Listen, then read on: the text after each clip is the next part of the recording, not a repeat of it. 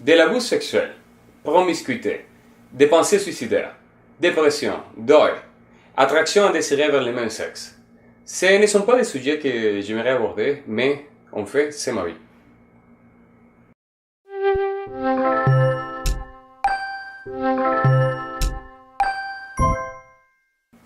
Mon nom c'est Carlos Catari, j'ai 32 ans, je suis vénézuélien, mais maintenant j'habite au Québec, Canada.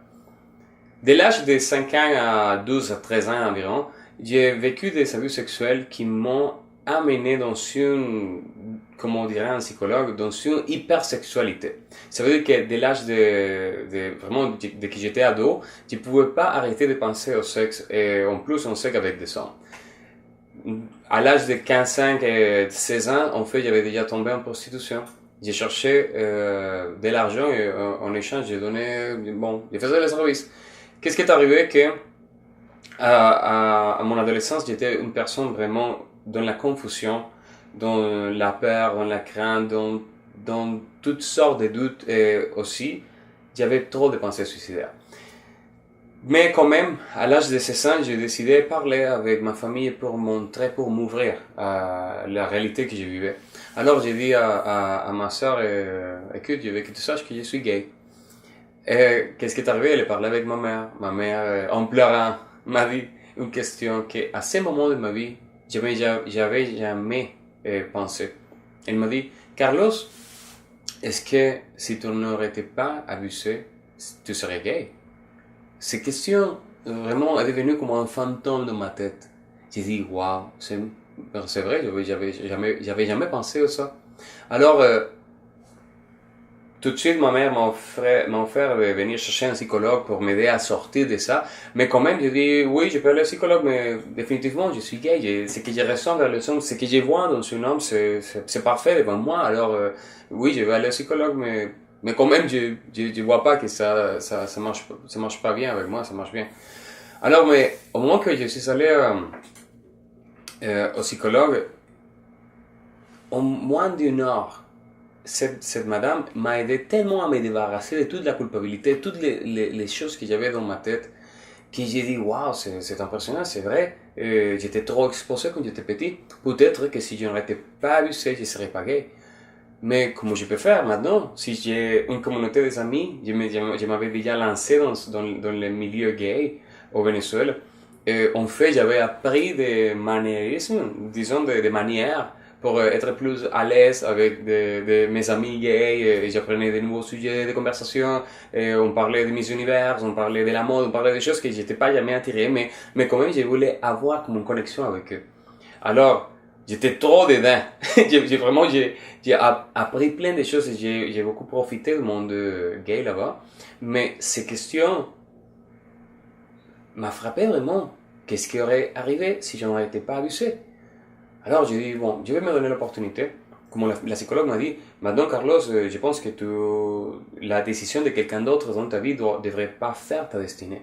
Et il dit, oui, c'est vrai. Alors j'ai commencé à désapprendre tous les maniérismes, toutes les choses que j'avais appris, la façon de parler, tout ça.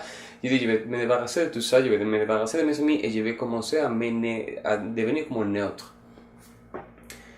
Quelques mois ou quelques ans plus tard, j'ai décidé de commencer ou me donner l'opportunité, les chances de commencer avec une relation avec une fille. Et quelque chose est arrivé. Même si j'avais arrêté tous les maniérismes, tout ça, mon attraction vers les hommes restait la même. Alors, pendant que j'étais avec des filles, pendant que j'étais avec une femme, j'ai pensé aux hommes. Et pendant que j'étais avec des hommes, j'ai pensé à la question de ma mère. Ça, vraiment, ça m'a mené dans un cercle. Je tournais en ronde. Je ne pouvais pas sortir. Imaginez-vous quelqu'un qui est addict au sexe et qui n'a pas la paix avec des femmes, qui n'a pas la paix avec des hommes, mais qui reste encore addict. Vraiment, je voulais me suicider. Ma vie était, ça allait pas bien. À cause de ça, j'étais comme dans l'amertume. Mais quand même, je me rappelle qu'un jour, on est allé, ma copine et moi, on est allé voir un film dans un cinéma. Et c'était en 2004, on est allé voir le film La Passion de Christ. Pour moi, le mot passion, ça veut dire, c'était vraiment relationné seulement au sexe. Alors je dis, peut-être que Christ, il est un passionné pour les femmes, je sais pas. Mais j'étais tellement ignorant, je ne connaissais rien de Jésus. Mais quand j'ai vu le film, vraiment, ce film est venu me chercher.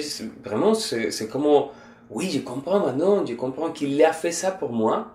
Et je dois répondre d'une façon. De quelque façon, je dois répondre. Alors, j'ai dit, pour moi, c'était tellement facile de reconnaître Jésus comme le sauveur de ma vie parce que c'était clair qu'il est venu pour moi, il a payé pour mes péchés, il a payé pour ma vie et il m'offre une nouvelle vie. Écoute, après avoir vu mon passé, tout ce que j'avais vécu, j'ai dit oui, j'ai besoin d'une nouvelle vie, j'ai besoin de tout effacer, j'accepte, t'es mon sauveur. Alors, un mois plus tard, j'étais déjà collé à l'église à travers quelqu'un qui m'a aidé à venir à l'église. J'étais collé à l'église, j'ai bien aimé tout ça. Et tout de suite, j'ai commencé à demander, Seigneur, tu sais quoi? Si t'es toute puissant, si t'es le créateur de l'univers et tout ça, change-moi. Je veux pas être gay. Changez-moi, changez-moi, changez-moi, changez-moi. Et vous savez quoi? Qu'est-ce qui est arrivé? Rien. Rien n'est arrivé. J'étais plus collé à l'attraction sexuelle vers les hommes. J'étais plus collé à mes désirs sexuels. Et j'ai dit, ça marche pas. Alors, mais quand même, je suis déjà chrétien. Alors, j'ai commencé à développer un double vie, triple vie, je sais pas combien de vies, mais j'allais à l'église le matin, le dimanche matin, avec ma copine, j'allais dans les groupes de l'église, je jugeais tout le monde comme un bon chrétien. Mais le soir, j'étais dans les discos gays, dans les activités gays, avec la pornographie, en train de faire de mon corps n'importe quoi. Et en plus, j'étais amer. Ma vie était amère, parce que j'avais pas la paix. Quand même, j'ai resté comme ça, j'ai resté comme un religieux fake pendant beaucoup de temps. Dans l'année 2007, quelque chose s'est passé. Ma sœur Carla, avec qui j'avais une relation comme ça, on était incroyablement proches. Elle a eu un accident d'auto et elle n'a pas survécu, elle était décédée. Et cette tragédie de perdre quelqu'un si proche d'un coup comme ça a été comme le pire qui pouvait arriver à ma famille. Et en plus, c'était ma sœur aimée. Alors, à cause de ça, j'ai tombé dans une dépression. J'ai tombé, bon, si vous avez perdu quelqu'un, ou si vous connaissez quelqu'un, vous savez qu'est-ce qui arrive quand on traverse un deuil comme ça. Mais tout de suite, le pire, c'est que j'ai cherché un coupable. Et le coupable, c'était pas ma sœur qui conduisait vite. En fait, le coupable pour moi, c'était Dieu. Parce qu'il est souverain, il fait toutes les choses, alors il est coupable. À cause de ça, j'ai dit, je quitte l'église. Et j'ai quitté l'église. En fait, j'ai quitté ma relation avec la copine que j'avais. Je lui ai dit, écoute, on va couper la relation, définitivement, je suis gay. Et je voulais faire du mal aux gens. Je voulais vraiment, j'étais dans la haine vers n'importe quoi, vers tout le monde. Alors, j'ai quitté l'église. Et je me lance au-dedans, au profondément, au complet, dans toutes sortes d'activités gays, en scène, n'importe quoi, toutes sortes de fêtes, des activités, c'est tout ce que vous pouvez penser. Et en plus, j'étais mal. Mais quelque chose est arrivé. 18 mois plus tard, c'était comme, vraiment, c'est comme si Dieu venait me chercher, il a mis sa main dans mon corps, il a enlevé la douleur, la tristesse, la souffrance, le tourment, tout ce que j'ai senti vers l'accident de ma sœur, tout est parti. Et seulement la nostalgie est restée. Et j'ai dit, oh, vraiment, j'ai pas la tristesse, c'est fini, c'est Dieu qui m'a aidé. Et vraiment, j'ai compris que c'était lui qui m'a aidé. Et j'ai dit, ok, alors je retourne à l'église. Je retourne à l'église. Vraiment, la douleur est partie, mais je vous raconte ça et je ne sens rien. Mais il y avait un détail. Je retourne à l'église et j'étais plus gay que jamais dans ma vie. J'étais super gay. Qu'est-ce que je veux dire avec ça?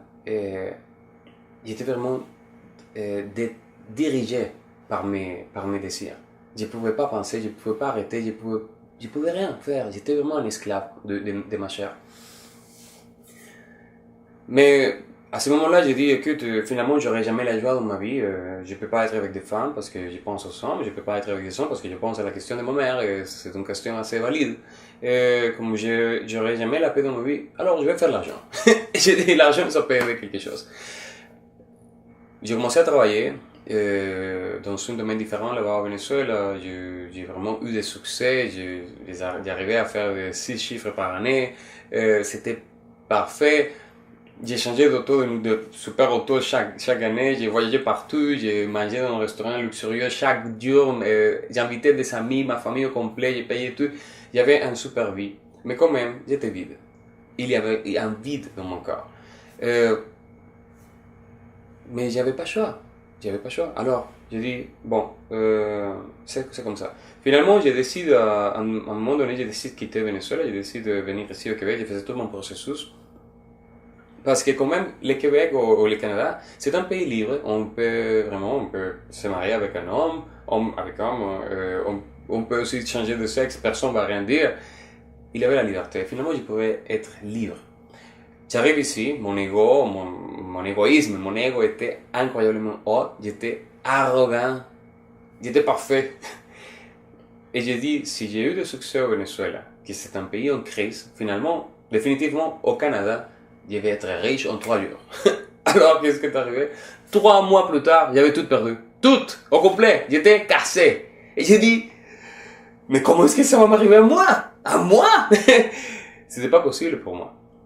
Mais c'était ma nouvelle réalité. Alors, disons un an plus tard, j'ai décidé, j'ai réfléchi, j'ai dit, oh, je pense que c'est le moment de chercher Dieu. Ma vie ne marche pas. En fait, j'ai décidé de quitter la relation que j'avais avec un homme qui j'aimais profondément. Parce que j'avais besoin de la paix. Qu'est-ce qui est arrivé après? Ça se suppose qu'au moment que tu décides de chercher Dieu, tout va bien aller. Mais non, tout est allé pire. C'était un désastre. Après, parce que j'ai dit à moi-même, je vais chercher Dieu. Et j'ai mis sur Google, gay chrétien. Ça a marché. J'ai dit, peut-être que je ne sais pas si je vais faire la paix avec l'homosexualité finalement. Mais quand je cherchais en Google, j'ai trouvé un site web des leaders qui parlaient théologiquement, avec la base biblique, avec les grecs, l'hébreu, avec les langues de l'époque, tout ça pour dire que Jésus, il a dit, aime ton Dieu sur toutes les choses, avec tout ton corps, ton âme, ton esprit, tout ça, aime ton prochain comme toi-même. Et prochain, c'est un prochain, peut-être un homme. Et il dit, ah, voilà, je suis gay chrétien, je aime Dieu et j'ai mon prochain, même si mon prochain c'est un homme. Et j'ai dit, madame, finalement, j'ai fait la paix, je me suis accepté, je vais, madame, publier. Alors, j'ai appelé ma mère tout de suite, maman, tu sais quoi? C'est fini, je ne lutte plus contre ça, je suis complètement gay et chrétien. Elle m'a dit, bon, explique-moi mieux parce que ça marche pas dans ma tête, mais, tu sais, j'étais tanné, j'étais fatigué de cette situation. Alors, j'ai commencé à appeler tout le monde, mais quand même, qu'est-ce qui est arrivé pendant que j'appelais tout le monde? J'ai essayé de parler avec plus de gens pour leur dire que j'étais gay chrétien. Je pense que c'était plus que pour dire aux autres, c'était plus pour me convaincre à moi-même parce que je ne croyais pas. Qu'est-ce qui arrive? La Bible dit que un des fruits du Saint-Esprit, c'est la paix. Et ça se suppose que si finalement je faisais la paix avec Dieu, parce que la parole le dit, j'aurais à avoir la paix, mais je ne l'avais pas.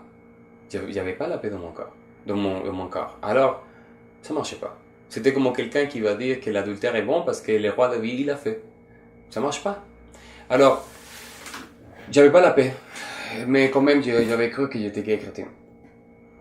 Qu'est-ce qui est arrivé après? Dans un moment donné, dans l'année 2014, je me trouvais moi-même dans une maison d'une amie, en dormant dans un fauteuil, avec 0 argent, cassé complètement. J'avais pas pour manger, j'avais pas pour prendre l'autobus. En plus, j'étais addict à la pornographie, addict à toutes sortes d'applications gays, toutes sortes de choses. Et vraiment, c'était une situation insupportable. Dans ce point, la dépression était absolue, était totale. J'avais pas envie, j'avais pas l'aiguille de continuer à vivre. Quand même, j'ai réussi à trouver quelqu'un qui m'a prêté $3000. Alors j'ai dit, je quitte, je m'en vais. J'ai quitté, je suis allé au Pérou, développer une affaire là-bas, avec un groupe de gens. Et pendant qu'on était là-bas, on a loué un appartement dans un bâtiment de 20 étages. Je dirais que 4 ou 5 fois, je allais au top du bâtiment pour finir cette histoire, pour sauter. Je voulais sauter. Je voulais finir cette misère de vie. Quand j'étais là-bas, j'entendais une voix qui me disait saute, faites-le. Pendant que tu tombes, tu demandes pardon à Dieu, il va te pardonner, mais la gravité non. Alors, c'est fini. Et je dis, ah, comment c'est une bonne solution. Mais je ne le faisais pas. Grâce à Dieu, je ne le faisais pas, mais je ne l'ai pas fait. Mais qu'est-ce qui est arrivé au Pérou? Au Pérou, j'ai eu la chance de connaître un couple chrétien. C'était autant elle comme lui, autant elle que lui, c'était des gens qui, pendant qu'ils parlaient, pendant qu'ils agissaient, pendant qu'ils communiquaient n'importe quoi, on pouvait voir la gloire de Dieu et la présence de Dieu. Et j'avais jamais vu ça. Et j'ai dit, waouh, c'est des chrétiens réels, c'est des chrétiens bibliques. Et jamais, j'ai dit, j'aimerais Seigneur vraiment avoir ces relations que tu as avec eux, l'avoir avec toi. J'aimerais te connaître comme il te connaît. J'aimerais vraiment. Mais bien sûr, tout de suite, j'ai dit oui, bien sûr, tu peux pas parce que t'es super gay, t'es collé à toutes sortes d'activités sexuelles et définitivement Dieu n'est pas là. Alors j'ai dit, j'ai lâché cette idée. Et qu'est-ce que je veux dire avec quand je dis que j'étais super gay? J'étais collé à toutes sortes de pornographie, de encounters, de rencontres homosexuelles, des choses ombres, vraiment. Et tu sais quoi? Dieu n'est pas là. Tu peux l'essayer. Non, excuse-moi, ne l'essaye pas, mais vraiment, Dieu n'est pas là. Alors, quand même, j'ai oublié cette pensée. Et j'ai décidé de continuer. Mais j'avais le goût d'avoir une vie différente. Mais j'ai vu que c'était impossible. Alors, je retourne au Québec. Parce que mon temps là-bas, c'est fini. Je retourne au Québec. Et j'arrive chez une famille qui m'ont accueilli, même si j'avais pas $1 pour payer un loyer.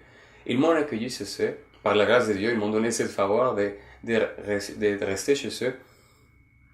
Mais quand même, j'ai resté dans une lit gonflable, avec toutes mes choses dans des sacs noirs, et cassés spirituellement, cassés personnellement, sentimentalement, dans tous les aspects de ma vie. Financièrement, tout était cassé dans moi.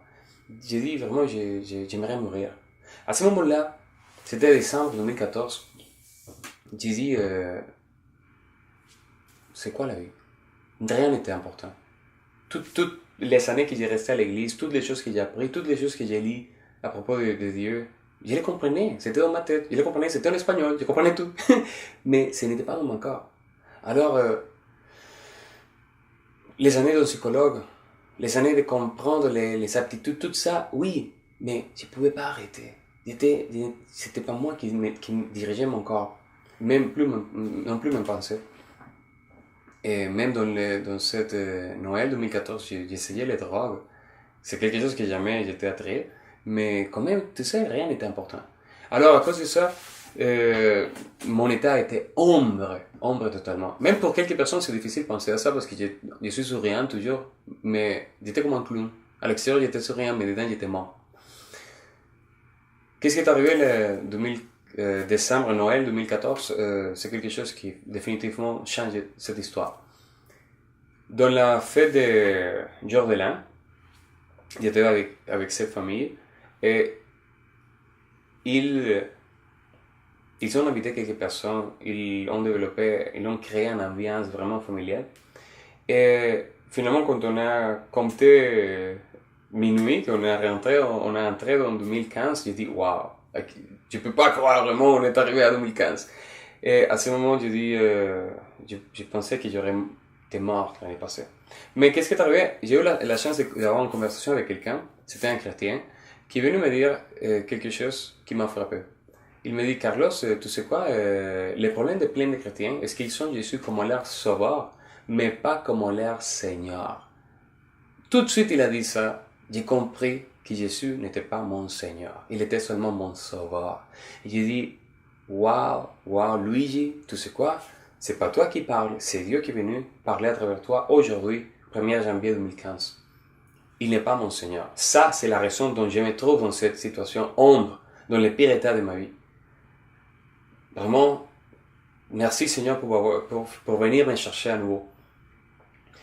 Malgré ça, quelques jours plus tard, comme 5-6 jours plus tard, je ne faisais rien, mais j'ai reçu un message de quelqu'un qui m'a dit, Carlos, rappelle-toi que Dieu, il pardonne les péchés, mais pas les conséquences. Les conséquences, c'est les conséquences.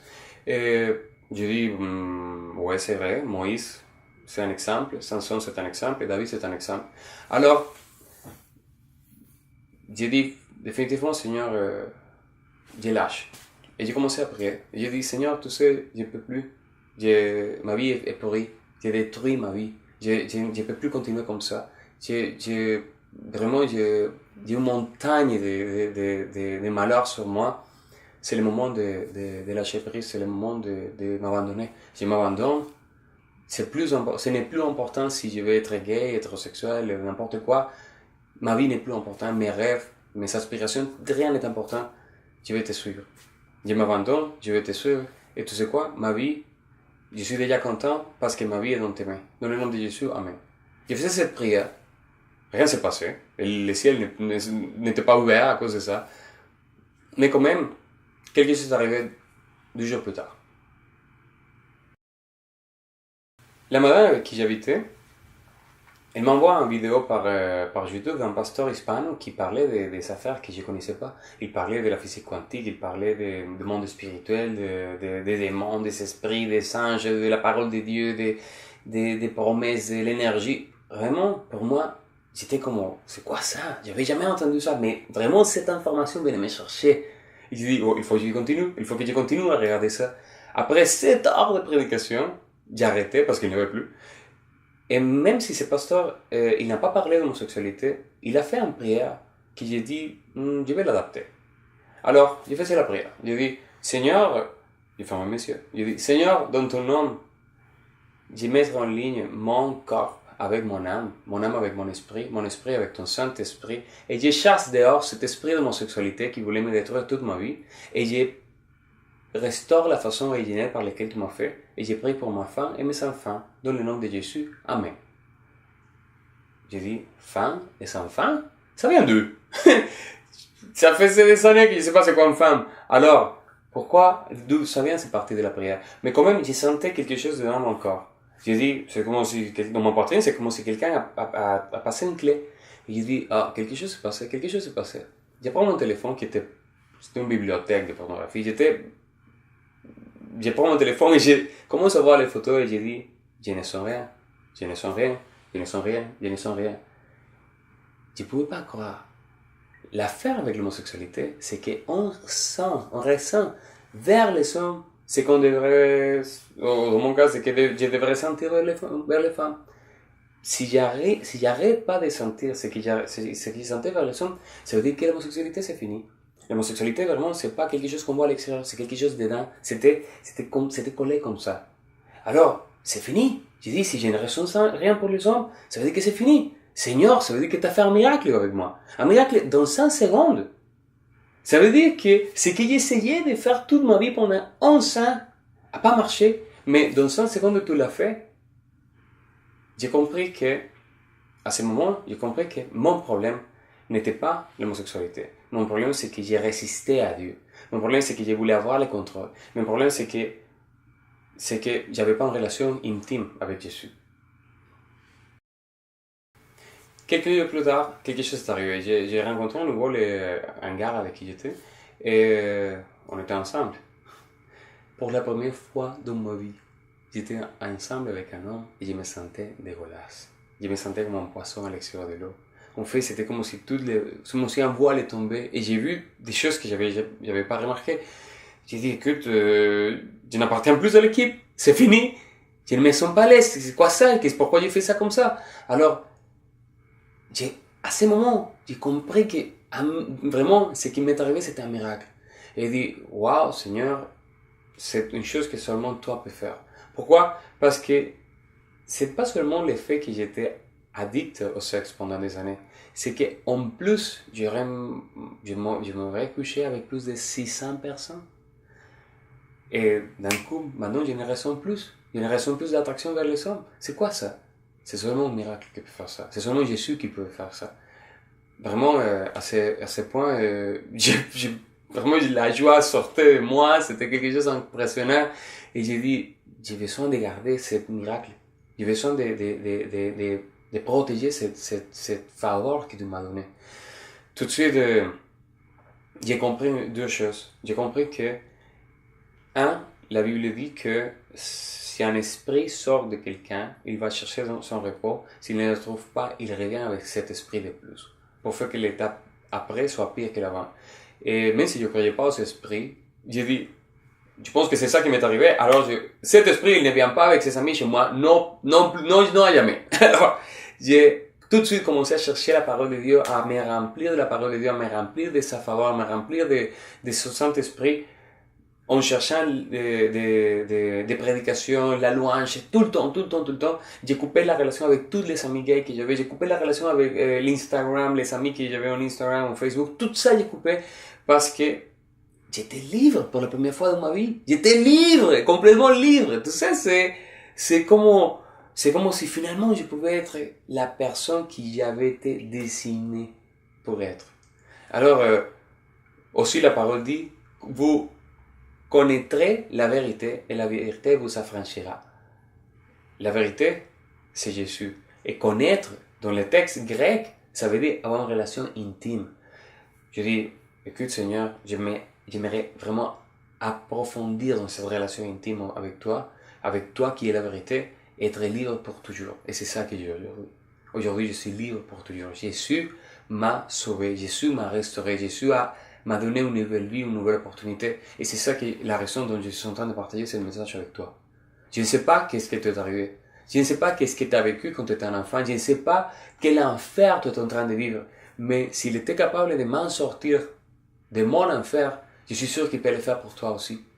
Il est tout puissant, il est capable, mais il va respecter ta volonté. Et il a respecté la mienne pendant des années. J'étais têtu pendant 11 ans. Je ne voulais pas lui donner le contrôle de ma vie. Je ne voulais pas lui donner les droits sur ma vie. Et comme il n'était pas mon Seigneur, j'étais mon Seigneur. Et ici le résultat. Aujourd'hui, qu'il est le Seigneur de ma vie, c'est incroyable. C'est un cadeau. Des millions de dollars du monde ne peuvent pas payer ce que je suis en train de vivre aujourd'hui. Et je suis sûr que tu aimerais ça aussi. Mais il faut que tu t'abandonnes. Il faut que tu te répandes de tous tes péchés. Et tu reconnais que tu as péché contre Dieu. Tu lui demandes pardon. Tu lui cherches. Et il va venir. Parce que la parole dit aussi que si tu t'approches de lui, il va s'approcher de toi. Alors j'aimerais prier pour toi. Seigneur, cette opportunité, je prends pour prier pour ces personnes qui sont en train de regarder ces vidéos. Tu connais son corps, tu connais son histoire, tu connais tous ses péchés, tu connais toutes ses gaffes. Seigneur, permette-lui de finalement lâcher prise, de s'abandonner en toi et te donner le contrôle de sa vie. Parce que seulement de cette façon tu puisses agir dans son corps. Seigneur, que son corps soit restauré et que sa vie soit pleine à nouveau en toi. Dans le nom de Jésus. Amen. Je veux que tu comprennes que mon problème n'était pas l'homosexualité. Mon problème n'était pas la promiscuité, la dépression, le fait d'avoir vécu l'abus sexuel ou les pensées suicidaires. Mon problème, c'est que je n'avais pas une relation intime avec Jésus. Peut-être c'est ton problème aussi. Contacte-moi sur Facebook. Mon nom c'est Carlos Eduardo Catari. Tu peux me chercher. Je suis complètement ouvert à te devenir vers Dieu. Parce que c'est mon travail maintenant. Je sers à celui qui m'a restauré. Et j'aimerais servir pour toi aussi à venir vers lui. Que Dieu te bénisse.